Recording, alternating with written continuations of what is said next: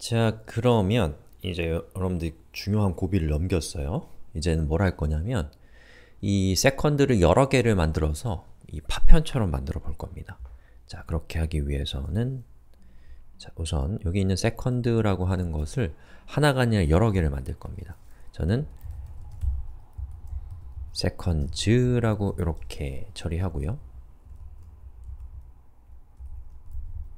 그리고 이 세컨즈에 푸시를 통해서 객체를 추가할 건데 그 전에 반복문을 쓸 겁니다.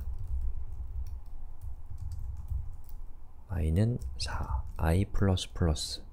자, 이렇게 하게 되면 여기 있는 반복문은 4번 반복해서 실행되는 반복문이 됩니다. 예. 자, 그리고 여기에 있는 이 코드 있죠? 이 코드를 저는 컷해서 반복문으로 올려서 4번 반복적으로 실행하도록 처리했습니다. 그리고 여기 있는 이 세컨드를 세컨즈에 푸시 해가지고 추가하는 거죠. 그러면 이제 이 반복문이 실행되면 이 세컨즈라고 하는 저 배열에는 이 두 번째 객체들이 여러 개가 생성이 될 겁니다. 자, 그리고 저는 여기에서 세컨즈에 대해서 자, 다시요.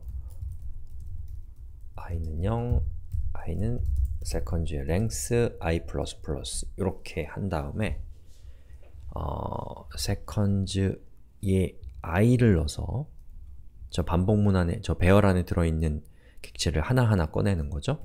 거기에 대해서 리플레이를 이렇게 하는 거예요. 그리고 한번 해볼까요? 그러면 이렇게 되는데 별로 차이가 없습니다. 그 전에 테두리 안 이쁘니까 지워버립시다. 사라져. 야, 이렇게 됐죠? 차이가 없어요. 왜냐하면 여기 있는 요 각각의 그 세컨드들이 같은 위치에 존재하기 때문에 그렇습니다. 자, 그럼 어떻게 하면 되냐면 일단은 저는 이 세컨드의 크기를 좀 조정할게요. 여기 있는 radius를 rand 이렇게 해서 5부터 15까지의 크기를 갖도록 하고 한번 실행시켜 볼까요? 자, 이런 식으로 약 미세한 파문이 생기죠? 너무 미세하네요. 여기를 30 이렇게. 그럼 이렇게 여러가지 도형이 만들어지죠. 자, 그 다음에 이 위치를 여기가 아니라 이 중심이 아니라 중심 근방에서 왔다 갔다 하게 한번 해볼게요. 자, 그때는 x를 하는데 land로 마이너스 50픽셀과 50픽셀 사이에 있게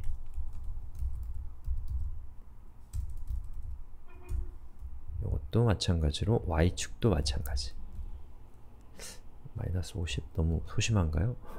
그러면 보시는 것처럼 이 파문이 랜덤하게 주변에 이렇게 나타나는 걸 볼 수가 있습니다. 자, 근데 클릭할 때마다 랜덤한 위치가 달라지게 하고 싶으면 여기에다가 뭘 하면 돼요? generate를 누르시면 보시는 것처럼 실행할 때마다 다른 위치에서 출현하는 것을 볼 수가 있어요. 멋있죠? 예. 자, 그 다음에 클릭했을 때 첫 번째 임팩트가 있고 두 번째 것들이 파문처럼 나타나게 하려면 첫 번째와 두 번째 것들 사이에 딜레이를 줘서 실행되는 시간을 지연시키면 좀 더 극적인 효과가 날 것 같아요, 느낌상. 자, 그러면 어떻게 하면 되냐면 세컨드들에 대해서 딜레이를 주는 거죠. 예를 들면 한 200 정도? 자, 그리고 아니면 first에다가 duration을 재생시간이죠. 한 300 정도를 줬으면 우리는 second는 300의 딜레이를 주면 첫 번째 게 끝나고 두 번째 것들이 등장하는 거죠. 이런 식으로.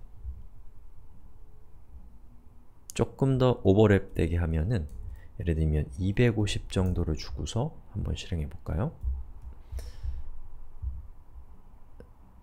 이런 식으로. 그래서 여러분이 미세하게 조율하는 건 여러분이 잘 하시면 되는 문제죠. 예. 이렇게 됩니다. 그 다음에 여기 있는 컬러를 좀 여러가지 컬러들이 나오게 하고 싶으면 여러분이 자 일단은 컬러스라고 해서 여기에다가 저는 딥 핑크, 마젠타, 옐로우, 또 토마토 이런 식으로 컬러를 줬습니다. 그리고 이 컬러를 스트로크. 자, 여기에다가 이렇게 줄 건데 이때 저는 뭘 할 거냐면 colors라는 저 배열에 담겨있는 값들을 가져올 때 i를 쓸 겁니다. 자, 그리고 실행을 시켜보면 보시는 것처럼 여러가지 컬러가 나오는데 어째 노란색은 너무하네요. 노란색은 좀 아닌 것 같아요. 자, 파란색을 바꿨어요. 좀 잘 보이게. 이렇게 되는 거죠.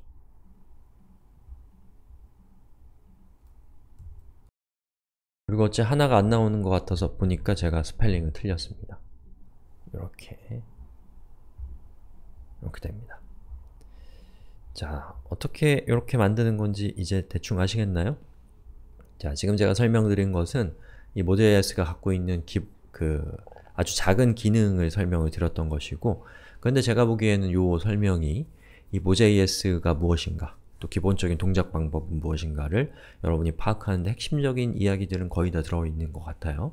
자, 그래서 이걸 출발로 해서 여러분이 직접 매뉴얼에 있는 것들을 분석하고 공부하면서 Mood.js의 어떤 특성을 좀 파악하시면서 여러가지 조합들을 해보는 거죠. 그럼 조합을 많이 할수록 조합을 하기도 전에 그 조합이 어떠한 부품들을 투입하고 그 부품들을 어떻게 결합하면 무엇이 될 것인가에 대한 직관이 생기겠죠. 예. 그런 직관이 풍부할수록 그 사람은 많은 것들을 표현할 수 있는 사람이 될 겁니다. 자, 그래서 여러가지 표현들을 좀 한번 해보시면 좋겠습니다. 자, 고생하셨습니다.